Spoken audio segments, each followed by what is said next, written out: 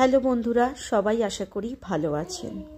পৌষ সংক্রান্তির দিনে আমার শ্বশুরবাড়িতে একটা কাজ হলো, মা লক্ষ্মীর সামনে যে ঘটটি থাকে, ঘটের মধ্যে যে 1 বছরের পুরনো চাল থাকে, সেটা কোনো পাত্রে বা খবরের কাগজে ঢেলে নতুন চাল ওই ঘরটির মধ্যে ভরে রাখতে হবে। সঙ্গে দিতে হবে কড়ি আর 1 টাকার কয়েন। আগেকার যে কয়েনগুলো বলো, কড়িগুলো বলো বা আনুষঙ্গিক জিনিসগুলো বলো, সমস্ত কিছুই আমি কিন্তু নতুন কয়েনের সাথে ওই ঘটের মধ্যে ভরে দেব। গ্রাম বাংলার মানুষেরা আজকের দিনে এই ঘটের মধ্যে অনেকে আবার কুনকেতেও করে থাকে। কি করে, আউনি বাউনি এটাকে বলা হয়ে থাকে।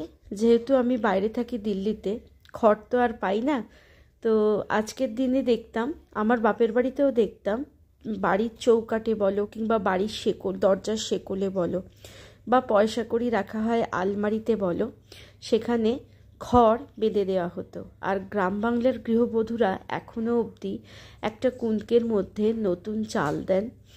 চাল দেওয়ার পর ওর ওপরে কড়ি, 1 টাকার কয়েন, সিঁদুর দিয়ে দেন। দেন ওর মধ্যে ধানের শীষ, মূলো ফুল, সর্ষে ফুল, গাঁদা ফুল, এই সমস্ত দিয়ে পুজো করেন। আর ওই ধানের শীষ যেটা চৌকাঠে বেঁধে দেন। তো আমি বিয়ে থেকেই দেখছি এই ঘটের চাল চেঞ্জ করা হয়, সেই কারণে আমিও এই চালটা চেঞ্জ করে দিলাম। এরপর আমি পাটিসাপটা বানাতে চলে এলাম। পাটিসাপটা বানানোর জন্য দেখতেই পেলে আমি চাল গুঁড়ি, একটু ময়দা, আচ্ছা অনেকে গুঁড়ো দুধও ইউজ করতে পারে, অনেকে আজকাল চিনি খায় না, সেই কারণে জ্যাগরি পাউডার বা খান্ডও ইউজ করতে পারে। আমি তাই করে নিয়েছি জ্যাগরি পাউডার, আর দুধ দিয়ে দিলাম। এরপর ভালো করে একটা হুইস্ক দিয়ে কিংবা হাতা দিয়ে টেক্সচারটাকে সুন্দরভাবে মিক্সড করে নেবে। দেখো আমি সুন্দরভাবে মিক্সড করছি যাতে কোনোভাবে লাম্পস না থাকে। একটু যদি লাম্পস থাকে সেটা ভালোভাবে কিন্তু উঠতে চাইবে না। আর হ্যাঁ, মিষ্টি যে খুব একটা বেশি দেবে তা নয়, মিষ্টি যতটা পারবে একটু কমই দেবে। যদিও আমি ননস্টিকের ফ্রাই প্যানে বানিয়েছিলাম, এখন তো সবার ঘরেই ননস্টিকের ফ্রাই প্যান বলো, কড়া বলো, সমস্ত কিছুই আছে, তাই উঠতে অসুবিধা হয় না, না হলে ওঠাতে কিন্তু খুবই প্রবলেম হয়ে যায়। আর দেখো ওটাকে 1/2 ঘন্টার জন্য রেস্ট করতে দিয়েছি। আর এক সাইডে আমি আলুর দমও বানিয়ে নিয়েছি। তো পাটিসাপটার নিয়ম হলো, এক সাইডটা ভালোভাবে করা হবে আর এক সাইডে ওই ছাই, মানে নারকলেরই পুর বলো কিংবা এই মিল্কেকেরই পুর বলো দিয়ে দেবে। কিন্তু আমি একটু গোল, মানে দুদিকই পরোটার মতন ভালো করে ভেজে নিই। দেখো তেল একদম না দেওয়ার মতোই দিয়েছি, যতটা না দিলে নয়। যেহেতু ননস্টিক ফ্রাই প্যানে করছি, সুন্দরভাবে উঠেও গেছে, অসুবিধেও হয়নি। প্রায় 2-3টে বানানোর পর আমরা একটা করে টেস্ট করেছিলাম, খেতে ভালোই হয়েছিল।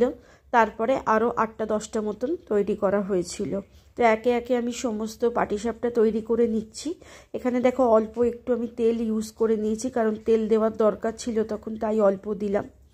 এরপর এটাকে আমি ভালো করে হাতার সাহায্যে বড় করে নিচ্ছি বা স্প্রেড করে নিচ্ছি, যেটাই বলতে পারো। দেন আমি এর মধ্যে আবার মিল্কেক দিয়ে নিচ্ছি। এবার উঠিয়ে উঠিয়ে রাখবো। মোটামুটি 8টা-10টা আমার বানানো হয়ে গেছে।